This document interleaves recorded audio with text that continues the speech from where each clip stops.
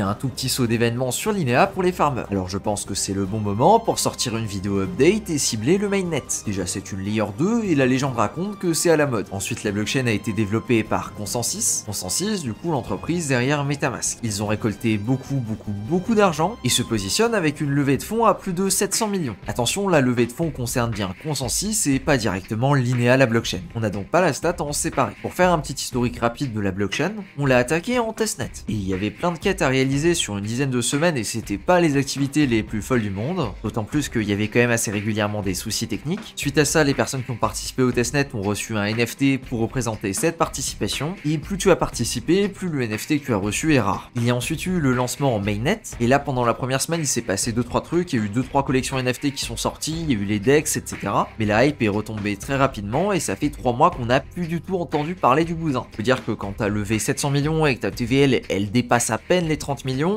c'est pas vraiment un bon score. Alors aujourd'hui c'est sur ces bases-là qu'on se retrouve et qu'on va regarder ce qu'il y a d'actif sur Linea et ce qu'on peut faire dessus. Et maintenant parlons de l'événement qui justifie cette vidéo. Il s'agit de l'ajout d'un tracker Linea via Trusta. Trusta que tu commences à connaître parce qu'on l'a déjà utilisé pour Zkasync et également pour Starknet.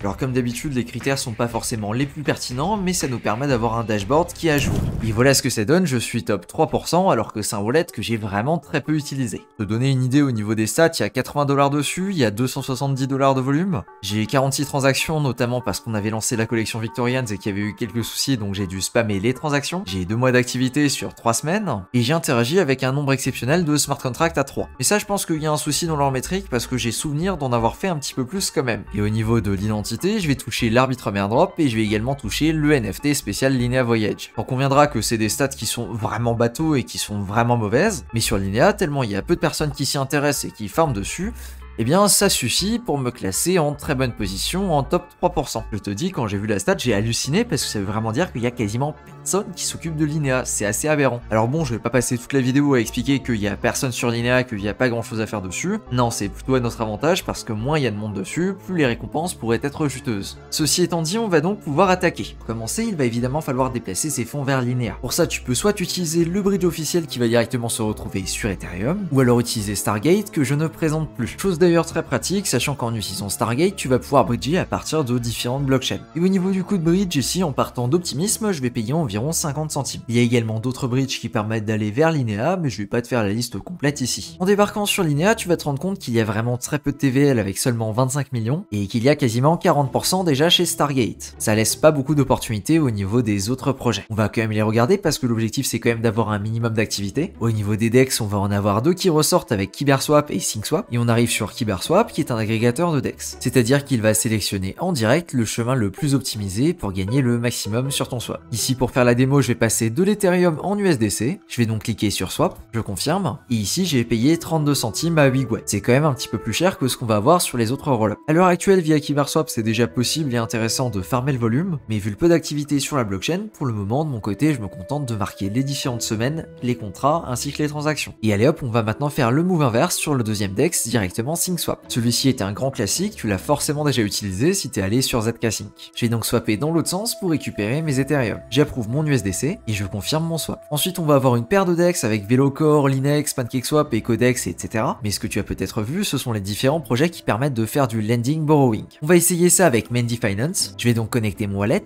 et ici on va pouvoir déposer différents stablecoins ou alors du wrapped Ethereum. Je vais donc retourner sur un DEX, ici par exemple KyberSwap pour venir wrapper mon Ethereum. Et maintenant on va pouvoir utiliser la plateforme de prêt-emprunt. Je vais donc sélectionner mon wrapped Ethereum ici et je vais venir le prêter. Ok, 0,04. J'approuve. D'ailleurs j'ai remarqué que les transactions sont quand même plutôt longues pour des layers 2. Mais enfin Linea en l'état c'est clairement pas la meilleure des layers 2, on est d'accord là-dessus. Je vais donc supply mon wrapped Ethereum. Très bien, c'est déposé comme tu peux le voir juste ici. Et maintenant je vais donc avoir le choix, soit je peux l'activer en collatéral et m'amuser à emprunter d'autres tokens de l'autre côté, ou alors je peux simplement le retirer pour tester d'autres applications, ce qui est ce que je vais faire. Je vais donc cliquer sur Withdraw. On va ensuite avoir Layer Bank juste en dessous qui va avoir les mêmes fonctionnalités. Et donc ici on va retrouver à peu près la même chose avec de l'Ethereum. On va pouvoir venir stacker ici sous la forme d'Ethereum et non pas de wrapped Ethereum. J'en profite profite du coup pour unwrap mon wrap d'Ethereum. Je vais donc retourner sur Layer Bank et maintenant je vais prêter mon Ethereum. En réalité, je fais ça plutôt pour choper les contrats. Et en plus de ça, ça te permet de regarder qu'est-ce qui est actif, qu'est-ce qui fonctionne sur Linea. Maintenant, les différents projets qu'on va pouvoir retrouver sur Linea, ce sont pas forcément des projets en lesquels j'ai la plus grande confiance. Et personnellement, je ne déposerai pas de liquidité dessus, sauf si c'est vraiment juste pour faire des tests, pour montrer en exemple dans la vidéo, etc. Mais globalement, laisser beaucoup de liquidité dessus, en l'état, ça me paraît pas raisonnable. Je vais donc cliquer sur Supply juste ici. Et pareil, ici, on aurait le choix par exemple d'aller dans Borrow pour venir emprunter de l'Ethereum ou une autre crypto, ici des stablecoins, ou alors directement dans Withdraw pour venir récupérer ce qu'on a déposé. Je vais donc cliquer sur Withdrawal, et voilà, globalement, on a déjà fait le tour des applications qu'on va pouvoir retrouver sur DeFi Llama. Je pourrais également mentionner Gamma juste ici, qui permet de mieux gérer les dépôts de liquidité, et il est notamment disponible sur le DEX Linex directement sur Linea. Et comme je te l'ai dit tout à l'heure, je suis pas forcément confiant envers la majorité des projets sur Linea, donc je vais passer mon tour. On va ensuite retrouver un nom familier avec PancakeSwap qui est également disponible dessus, même s'il y a vraiment très peu de liquidité avec même pas 1 million dessus. Et si on remonte un petit peu plus bas que les enfers avec des projets à 3 chiffres de TVL, on va tomber sur Satori juste ici. Et Satori, ça permet de faire des perpetuals, donc si tu aimes le trading, c'est peut-être quelque chose qui peut t'intéresser. Et je vais maintenant te montrer un tips plutôt sympathique avec des mails, je vais donc me connecter. Il s'agit ici d'une application qui permet d'envoyer des mails et notamment des mails vers d'autres adresses Ethereum. Pour la petite démonstration, je vais rien faire de particulier, je vais simplement envoyer un mail à une adresse temp mail. Donc j'ai vraiment rien de particulier à signaler, je vais juste cliquer sur Send. Comme tu peux voir, ça va envoyer une transaction, je vais donc confirmer. Et ça, c'est une très bonne stratégie pour faire des transactions pas chères parce que là, je viens de passer ma transaction et j'ai payé seulement 3 cents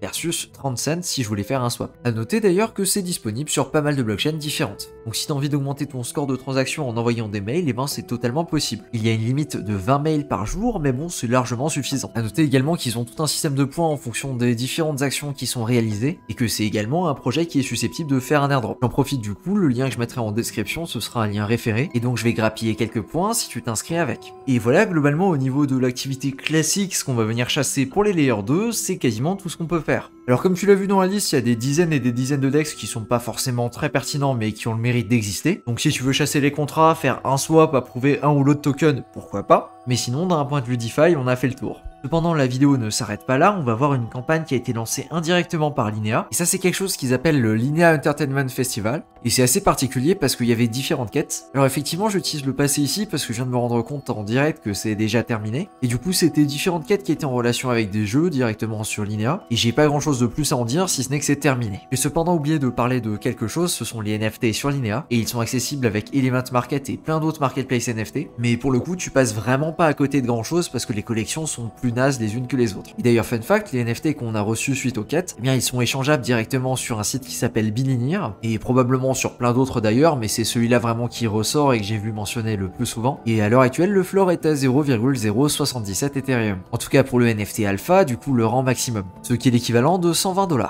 D'ailleurs, les autres NFT sont également disponibles juste ici et tu peux avoir une petite idée des prix auxquels ils s'échangent. Autre chose que je voulais mentionner, c'est Linea qui a publié un article directement sur Mirror et qui parle de Linea Voyage XP, ce qui serait du coup des points d'expérience qui sont associés aux différentes quêtes et qui du coup seront des points non transférables qui ont pour objectif d'une certaine façon de venir ranker la communauté. A noter que ces points n'ont pas de valeur monétaire et qu'ils ne peuvent pas être ni achetés, ni vendus, ni swappés. Et c'est mentionné qu'il y aura certains avantages pour les personnes qui en possèdent une certaine quantité. Les points ne seront pas disponibles tout de suite et seront disponibles lors d'un prochain événement qui sera lié à la DeFi et les points seront distribués de façon rétroactive pour les personnes qui ont participé au Linea Voyage Entertainment Festival. Du coup, l'événement qui s'est terminé et que je t'ai montré à l'instant. Et a priori, ces points-là seraient reliés au NFT, du coup le NFT que tu as reçu suite au testnet. Pour le moment, tout ça n'est pas encore disponible et ça reste quand même plutôt vague. À voir avec le temps pour savoir exactement qu'est-ce qui sera récompensé ou pas. Voilà, c'est tout ce que j'avais à dire sur Linea, mais la vidéo ne s'arrête pas là, j'ai encore quelque chose à mentionner sur le projet NFT que je devais lancer lundi. J'ai eu un souci technique et je me suis rendu compte très rapidement après le début du mint que n'importe qui pouvait minter n'importe quelle quantité de NFT. Comment te dire que ça a cassé complètement l'intérêt de la collection et du coup que je l'ai refermé dès que j'ai vu l'erreur. J'ai ensuite essayé de trouver une solution rapidement mais j'ai pas réussi, donc j'ai reporté à une date ultérieure le temps que je trouve une solution. Aujourd'hui on est mercredi et cette solution je l'ai. J'ai donc forqué un smart contract et je l'ai déployé avec les modifications qui m'intéressaient. Il est fonctionnel à 100% et il recouvre les différentes fonctionnalités qui m'intéressaient, notamment le fait d'avoir un reveal et de bloquer à un mint par transaction. Autant te dire que je suis prêt à le relancer. Au niveau de la date du lancement, ce sera le lundi 16 octobre à 21 h. Du coup c'est décalé d'exactement une semaine. Comme ça laisse le temps encore à certaines personnes si elles veulent bridger sur Zora pour avoir un petit peu de fonds dessus et pour pouvoir minter. Et on n'est pas dans la précipitation. Je tiens également à te remercier parce que pendant les 3 à 5 minutes là où le smart contract était ouvert, il y a eu 83 adresses différentes qui ont minté, ce qui est un excellent score et je m'attendais pas à ce qu'il y ait autant d'engouement là derrière. Donc j'espère que tu seras là pour le prochain lancement, ce sera le bon.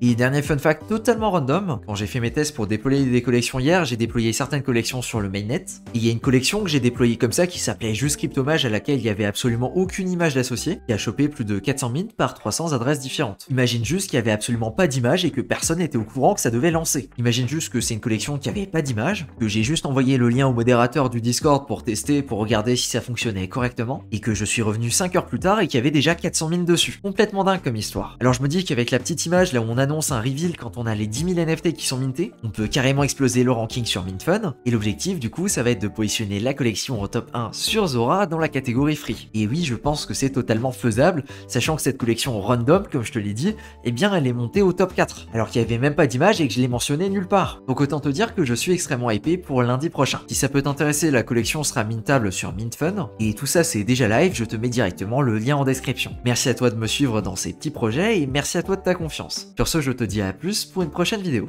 Ciao!